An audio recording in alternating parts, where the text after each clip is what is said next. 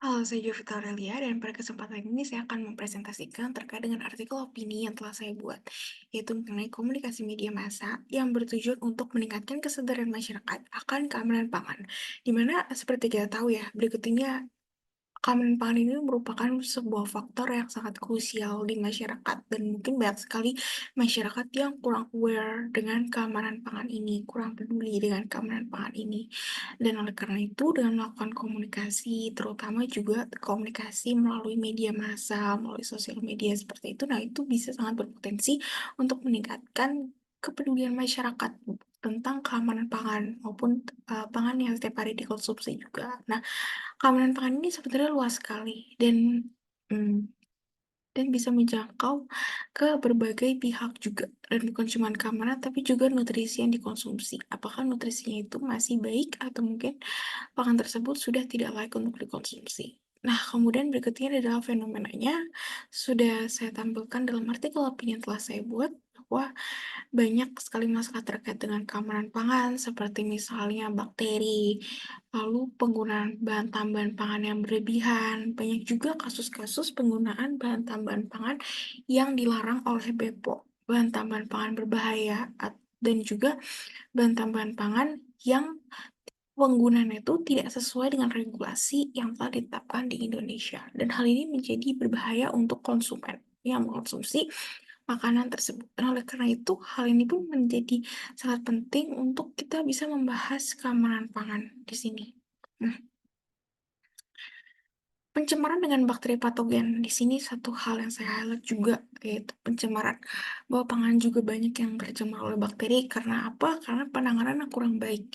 Penanganan dari segi penjual, dari segi distributor, untuk dari pangan tersebut sampai kepada kita. Nah, itu kurang diawasi dengan baik sehingga menjadi titik timbulnya bakteri, yaitu seperti misalnya Salmonella, Escherichia coli, dan tidak cuma itu, tidak hanya sesuatu yang tidak disengaja, tapi bahkan ada juga hal-hal yang disengaja, seperti misal penggunaan boraks, formalin untuk mengawetkan daging supaya lebih awet tahan lama dan sebagainya. Dan ini pun menjadi isu-isu yang sangat urgen untuk dibahas dan saya membahasnya dalam artikel opini sebagai berikut.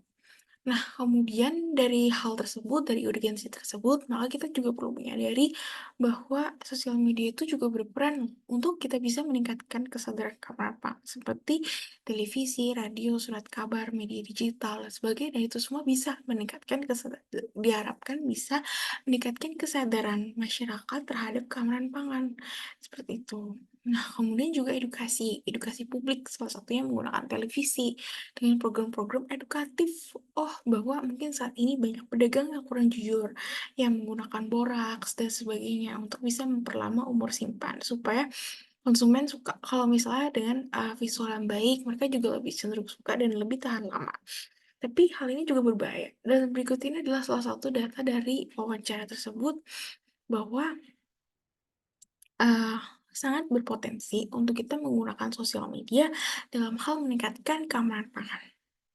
Dan sosial media itu banyak sekali, tidak cuma dari segi sosial, tapi juga bisa menggunakan media-media digital yang lainnya, seperti misalnya website, blogspot, dan sebagainya. Ini juga bisa meningkatkan kesadaran masyarakat tentang keamanan pangan.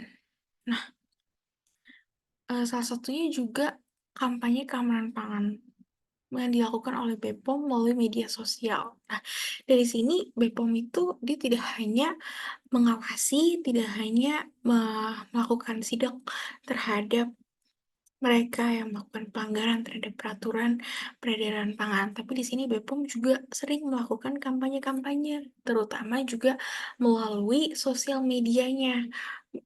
Untuk bisa mengedukasi masyarakat di sini supaya masyarakat tuh lebih bisa peduli terhadap makanan yang mereka konsumsi dan tidak hanya terhadap konsumen, tetapi terlebih juga terhadap penjual atau pedagangnya.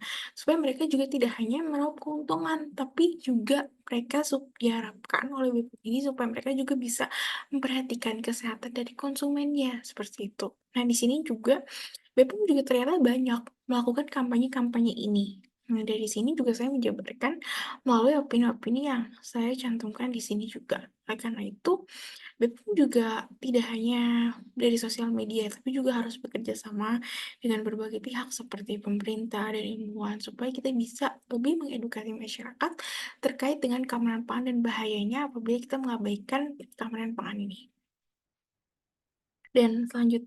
Dan berikut adalah referensi yang saya gunakan dan sebagai kesimpulannya dari artikel opini yang saya buat bahwa kita perlu adanya kolaborasi dan ini menjadi sebuah hal yang sangat urgen bahwa kita bisa loh melakukan komunikasi di sosial media untuk bisa meningkatkan kesadaran masyarakat akan keamanan pangan. Dan diharapkan kemenpar ini nggak hanya seperti sebuah materi atau teori, tapi juga bisa disampaikan dengan cara yang bisa mudah dipahami oleh masyarakat. Seperti itu. Nah, sekian dari presentasi saya terhadap artikel opini ini.